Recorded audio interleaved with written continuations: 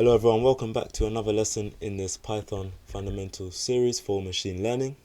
This is lesson 5, whereby we're going to be discussing classes and what is known as object-oriented programming, a very key concept when working with code in Python. Okay, so Python is known as an object-oriented programming language. And so object-oriented programming, or OOP for short, is a way of programming where you group related data and functions into what is known as objects. And so each object has its own data and its own behaviors, similarly to how a dog object could have a name and a way of barking, known as a method, right? Okay, so before we really take a look at objects, we need to understand classes. So a class is essentially like a blueprint for creating an object. Okay, so here we've got the class keyword, and we have labeled this class as the class of dog. So we can call this class whatever we want. We can call it cat, we can call it mouse, we can call it Jiminy, we can call it Bob, we can call it whatever we want, right? So we've got this class, we've called it dog, and we've indicated whatever we're going to put in this class is the attributes that this class is going to have. Okay, don't worry if that's not making too much sense at the moment. We're going to delve into much more detail. This pass variable, or this pass keyword, essentially acts as a placeholder. So it doesn't do anything, but it just ensures that we can create this class object, or this class function, without having to put anything in it at the moment, without getting an error back. Okay, so just think of it as it's just essentially just a placeholder. It doesn't do anything. It just ensures that we don't get an error because we haven't put anything in our class as of yet. Alright. So creating an object. So we've established first we need to create the blueprint, and next we're going to instantiate the object. So we use the class name followed by parentheses in order to create our object. So what's happening here? So we've got a variable, we've called it my dog, or my underscore dog, and it's going to be equal to dog, this dog object. Okay,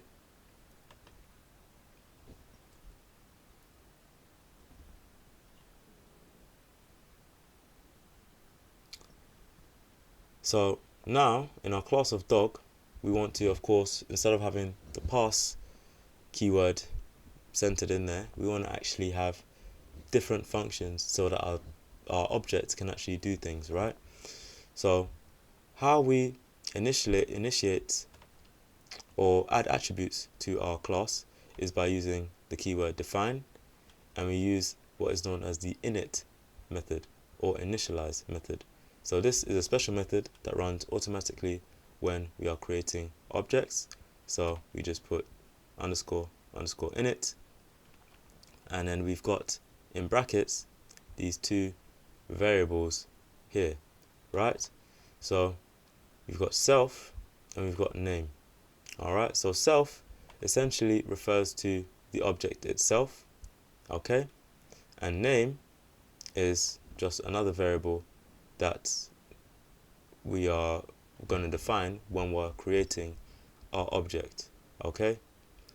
So don't worry if that is not making too much sense at the moment. We're going to go into some practical examples and everything will start to click.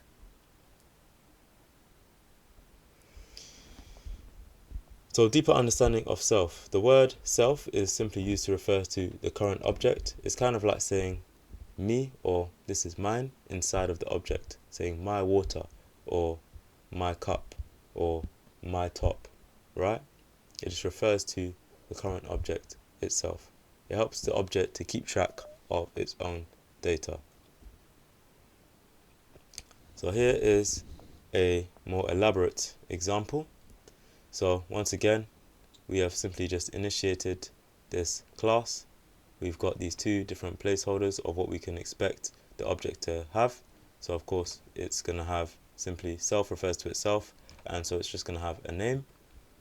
Self.name equals name, and then we've defined another attribute that it has, okay, and we're calling this method bark. So we've already initialized, so now we can just define bark, and of course it's going to be an attribute of this dog class. So we've got self once again. And so what do we want this now? When we say the next line essentially is saying what do we want this bark method or this bark function to actually do, right? So when we want our dog to bark, we want to print the name and this piece of text here. So you want to print the name, says woof. Okay. So now we've got our dog variable. We created a variable called myDog, and we've equaled it to the class of dog. Okay. Class of dog, right? So it has the same name. So we're telling the computer, right, I'm creating this class of dog, this object of dog, sorry, and I want it to have this, I'm creating this object called myDog, and I want it to have the attributes that are associated with the class of dog. Okay, and so now when we are creating this variable, we need to initialize it, right? So we know that it needs to have a name. Okay, so we do dog, and in brackets we are giving it a name, Buddy. Okay, and so now with our myDog variable, we can then start running all of these different commands or these different attributes of what the functions, sorry, of what the dog can actually do, the class can actually do, right? So we have, at the moment we only have one. We've got this bark method which we have defined where he can say woof. Alright, so the way that we do that, or how we apply a method, is we take the variable myDog, we have a dot, and then we just put what the method is called, as we've defined here. It's called bark, and so we put bark in brackets, and then it's going to spit out a result saying Buddy says woof. And of course we can add as many different methods or functions as we like to our class. So previously he could simply just bark, so now we've added another function that he can sit, right? So we said define sit, and we of course apply it to ourselves. So we write it like so, and then what do we want this sit function to do? So we simply want it to print on screen his name, so in that case it was Buddy, and then say is sitting. Okay, so if we was to ever call the sit method, we would say myDog, my_dog dot sit with brackets, empty parentheses, and that would print out on screen Buddy is sitting. Right, we can also change certain attributes that we have already set.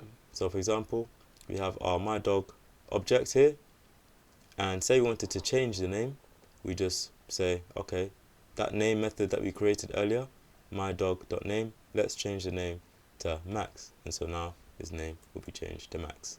Simple as that. Okay.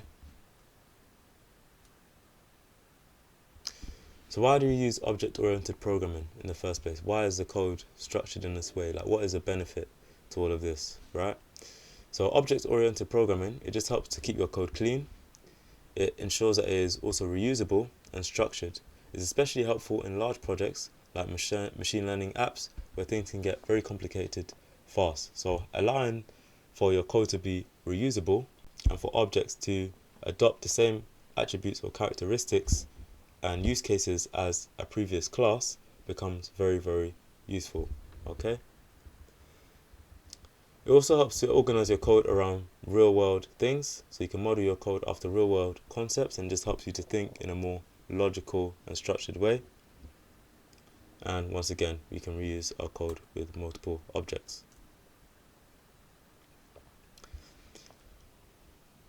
Next, there's something that we need to understand known as inheritance. So we have two different classes here. We have created a class called animal, and we have our class of dog. And so inheritance is where we can inherit all the attributes of a previous class, which is a very powerful tool. So say for example, we have this class of animal. This class of animal, it can't do much, but it can speak.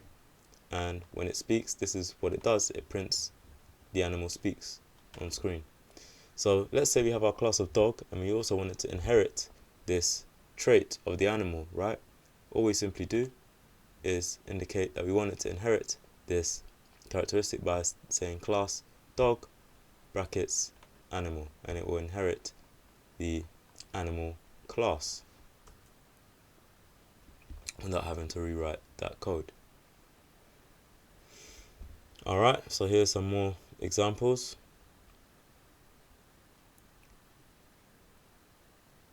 So a child class can also override a parent method.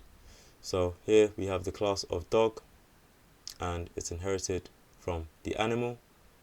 Okay, so now previously we had the animal speaks when it was a part of the animal class, but now we want to redefine what speaking means. So we've got define speak again, and we're now going to say dog barks. Okay, so we can override that what we have inherited from. Okay, so before we get into some practical examples, just a quick recap. Classes define how objects work. Objects have their own data and their own behavior. With object-oriented programming, your programs become more organized, efficient, and scalable. Okay, so now we're going to move over onto some practical examples so you can really grasp this concept of object-oriented programming. Alright, so we're back again in our workspace, Google Colab, and we're going to add a new code cell. And we're going to create our first class. Alright, so we've got a class which we have created and we've called it dog, and we're just passing in an empty class for now, which the pass keyword essentially is a statement used as a placeholder for future code, as when the pass statement is executed, nothing happens, but you avoid getting an error as Python doesn't allow for empty code. Okay, next we have created some objects to go in our class, so they belong to the class instance. So we created this variable called my dog and your dog, and we have set them to the class of dog. So when we print the type my dog, we expect it to see the class of main.dog. Okay, indicating that they belong to the class of dog. Perfect. Moving on, so we're going to add a new code block here. And so as you remember, we need to initialize this class. So now we're actually, instead of having pass, we're actually putting something in to our class to determine the actions or the behavior of our dog. Alright, so we do that by saying define init, the init method to initialize, and we use the self keyword, and what we're going to add is a name and a breed, because of course each dog has a name, and so that will be indicated like so. So we use self.name is equal to name, self.breed will be equal to breed variable, and we also have self.energy equals 100. So all dogs are going to start off with full energy. Perfect. So now we're going to create some dogs with specific traits. So we got Buddy is going to be the name of our dog. So we're saying Buddy is equal to the class of dog. We've given him a name of Buddy in the same format here. So we have name first, and then we have the breed second, golden retriever, whoops, and breed, as you can see. So we always want to follow the same format. So now we've set another variable, we've called it Luna, as meaningful names for our variables is important. to just help keep our code nice and clean. Then we've got dog to show that they belong to the class of dog, and again we're following the same format by having the name Luna and the breed husky. Okay, so now if you wanted to print this variable of body, so we're calling the variable of body, the name, we're going to get body. Okay, so let's run this piece of code, body, and we want to also print the breed of Luna. We get she is a husky. Just so that this is a little less confusing, let's say we change the name of body to dog 1, right? So if you print the name of dog 1, we're going to get body, because we have set his name to body. Okay, so if you go ahead and run this code, you can still see that we get body. Alright, or if we change his name here, this will change his name. So let's say we call him Bud for short. We run this code, you see that we get Bud, like so. Perfect. Moving on, let's add a new code block again.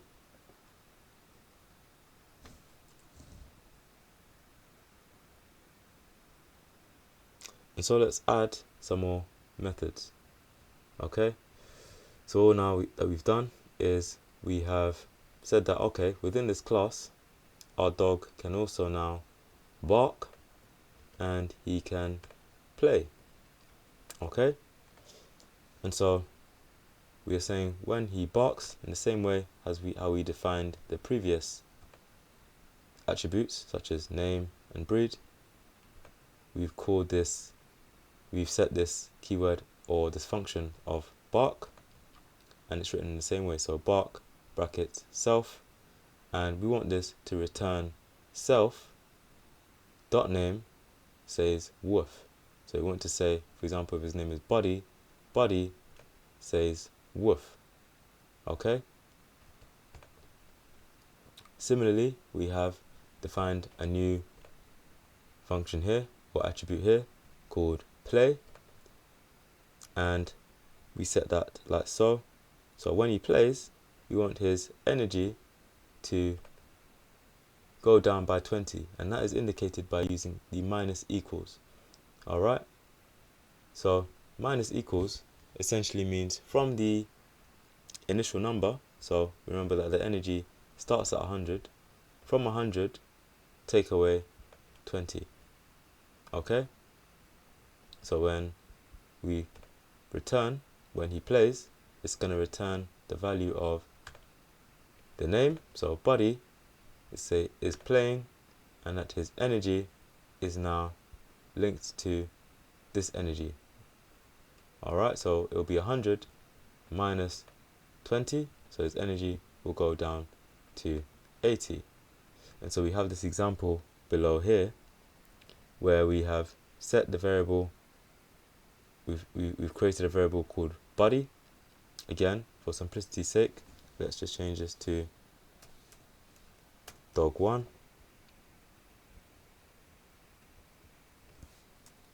Change all of these to dog 1. Perfect. And this one here we'll change to dog 1, just for simplicity's sake, so that you're not confused. So dog 1, he belongs to the class of dog, so this whole class here, so he inherits all these attributes. We've set his name to Buddy, and we've said that he's a golden retriever, and we want to print on screen the dog 1 bark method. So we want to see our dog barking, and so this is what we should get displayed on screen, that Buddy says woof, and according to the bark method, this is what is being returned when we call that method, is that this item known as dog 1 will say woof. So it should say the name Buddy and then says woof. Okay, and similarly when he plays, we want of course his energy to go down, as this function or this method, it returns his name, body, should say is playing, and at his energy, and it will return this energy value, which we know starts at 100, minus 20. Okay? So if you run this piece of code now, perfect. Buddy says woof, Buddy is playing, and his energy has now gone down to 80. Excellent. Let's move on. So we're going to add a new code block here. And so now we're going to be looking at inheritance. So we've added in a new class here, which is called the class of animal. And the class of animal has these following attributes here. Okay. So the main difference is that we now, the class of animal can now sleep. So when we say we define this function as sleep, and we want it to return this value of is sleeping. So i.e. Buddy is sleeping. Okay? And so how do we ensure that, because this is a separate class, so how do we ensure that our class of dog inherits the attributes or characteristics of an animal? We do this very simply by referencing class dog when putting in brackets animal. So this will enable that our class of dog will inherit all the attributes that are created and stored within the animal class as well. Okay, so once again, everything has changed. Define, init, self, name, breed, and then we go ahead and we write out the different attributes like so.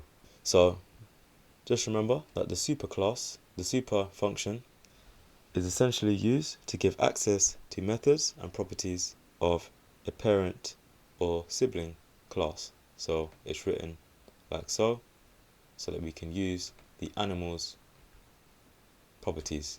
Okay, and then very simply we just say self.breed equals breed, and we can of course call bark that we've defined bark as previously.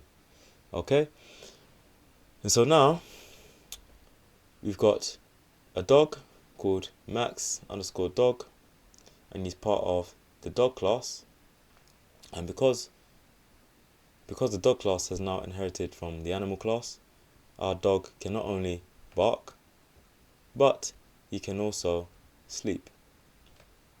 Okay, so if we go ahead and run this code, we can see that it says Max is sleeping and Max also barks.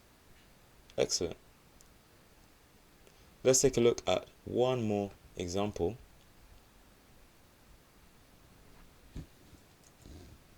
So we've got another class known as class is bank account, and just like the previous examples, we have defined, initialized, and we have set these different attributes, owner and balance equals 0. Okay, so we've done it like so. So we're expecting to see an owner variable and a balance variable. We also have a deposit function, and we're calling that as the amount.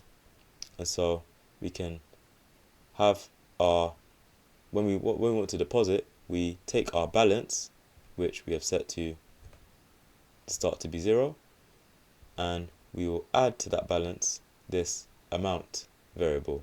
Okay, and so it will return the deposited amount and the balance. Okay, so we have an example below here where we have a variable which we simply just called account. We can call this whatever we like, but we've just called it account equals bank account. So we're calling the bank account class. We've got the owner, which is Alice, as you can see here, the same format, and we've set her balance to 100. Okay, so that now when we call this method which we have created known as deposit, we take our account variable and we use the dot deposit method which we have created in this class, and we've set this to 50. So it's going to return the deposited amount, so we expect to see 50, and then the new balance, which we expect to be 150. Okay, so if we go ahead and run this, excellent. Okay, so those are some examples of working with object-oriented programming. The beauty is that it helps to map very nicely to real-world examples and to help you think in a very simple and structured and formatted way. Okay, so that concludes it for today's lesson. I'll see you over in the next one. Bye bye.